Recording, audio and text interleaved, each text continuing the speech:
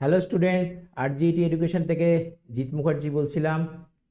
আজকে তোমাদেরকে দেখাবো যে পাইথনে কেমনভাবে আমরা কিউআর কোড ক্রিয়েট করি। ঠিক আছে, যার জন্য আমরা একটি প্যাকেজ এখানে ইনস্টল করব। সিএমডি প্রম্পটে আমরা লিখব পিপ ইনস্টল কিউআর কোড, এন্টার। আমাদের অলরেডি ইনস্টল করা আছে, তাই জন্য অলরেডি স্যাটিসফাইড দেখাচ্ছে।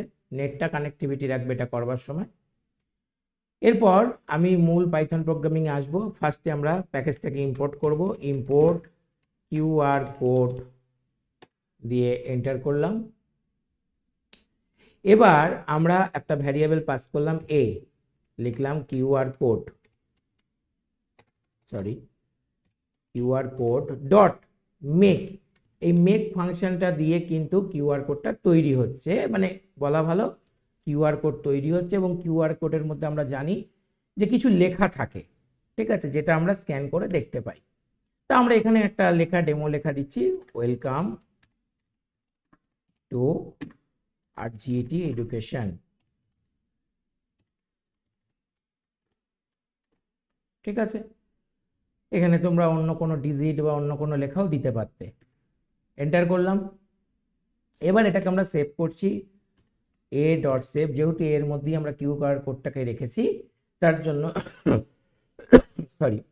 তার জন্য এটাকে আমরা এখানে সেভ করলাম এবং নাম দিলাম কিউআর। এটা তোমরা ডবল কোটেশনের মধ্যে দাও, কিউআর ডট জেপিজি। ঠিক আছে, সো এটা এন্টার করলে দেখবে আমাদের কিউআর কোডটা ক্রিয়েট হয়ে গেছে। এখন ক্রিয়েট তো হয়ে গেছে, কিন্তু কিউআর কোডটা পাবো কোথা থেকে? যার জন্য তোমরা প্লেন সার্চ করতে পারো। তোমাদের উইন্ডোজ 11 হলে ডাইরেক্ট এখান থেকে তোমরা সার্চ উইন্ডো পাবে, বা তোমরা কোন ড্রাইভে গিয়ে সি ড্রাইভে গিয়েও সার্চ করতে পারো। এটা মানে প্রধানত ইউজার ফাইলের মধ্যে বা অ্যাপ ডেটার মধ্যে থাকে। ঠিক আছে, তো আমরা এখানে যে নামে সেভ করেছি কিউআর ডট জেপিজি, দেখো দেখতে পাবে।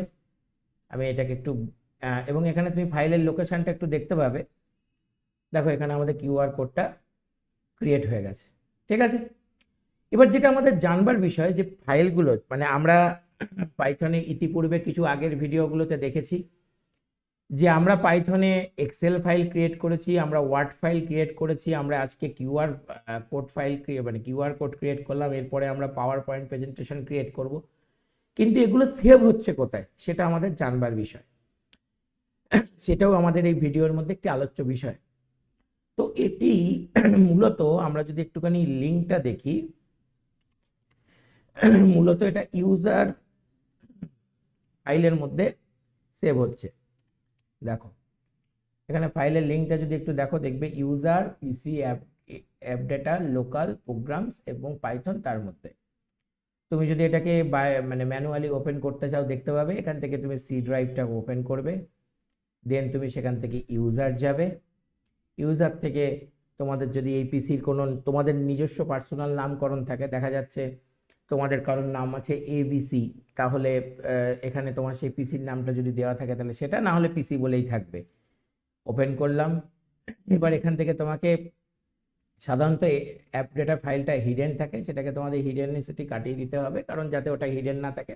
এবার অ্যাপ ডেটার মধ্যে ঢোকার পর তুমি প্রোগ্রামস বা লোকাল ফাইলের মধ্যেই পাবে, অথবা এত জটিলতার মধ্যে না গিয়ে সিম্পল সার্চ করো, তুমি যে ফাইলটা তৈরি করেছো সেটি দেখতে পাবে। আমাদের ইতিপূর্বে ভিডিওতে যখন আমরা এক্সেল ফাইল ক্রিয়েট করেছিলাম, দেখবে আমাদের নামকরণ দিয়েছিলাম টেস্ট। দেখবে test dot X S L X, sorry excel S X. আমাদের গত ভিডিওটাই তোমরা দেখতে পাবে যে একটা এক্সেল ফাইল ক্রিয়েট করেছিলাম যেখানে হ্যালো আরজিইটি এডুকেশন লেখা ছিল।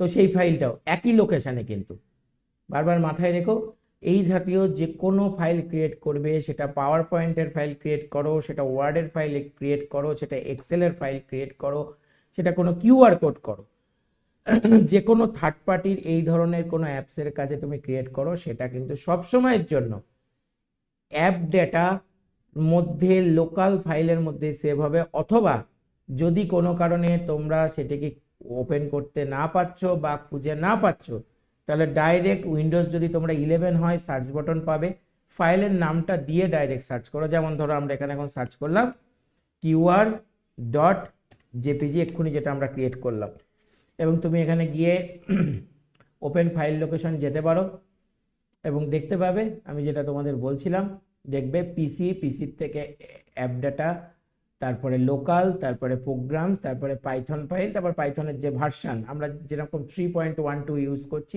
সেই ভার্সান, এবং তার মধ্যে গিয়ে তোমাদের এইখানে গিয়ে তোমরা এই সমস্ত যা যা সেভ হচ্ছে পাবে। দেখো এখানে আমাদের টেস্ট সেই এক্সেল ফাইলটা রয়েছে, এখানে আমাদের সেই যে আমরা আগের ভিডিওতেই দেখেছিলাম একটা ওয়ার্ড ফাইল ক্রিয়েট করেছিলাম, সেই ওয়ার্ড ফাইলটাও রয়েছে।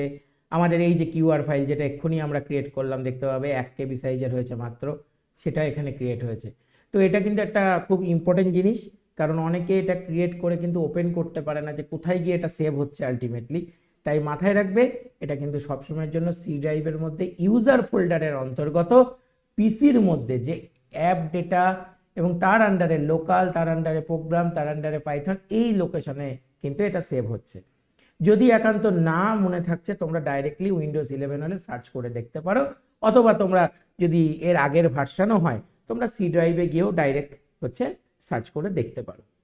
তো বন্ধুরা, আজকে এই ছিল আমাদের কিউআর কোডের ক্রিয়েশন উপর ভিডিওটা, এবং তার সাথে সাথে এ ধরনের ফাইলগুলো সেভ হচ্ছে কোন ফোল্ডারে সেইটার উপর আজকের আমাদের ভিডিওর বক্তব্যটা ছিল। আমি ভিডিওটা এখানেই শেষ করছি। ধন্যবাদ।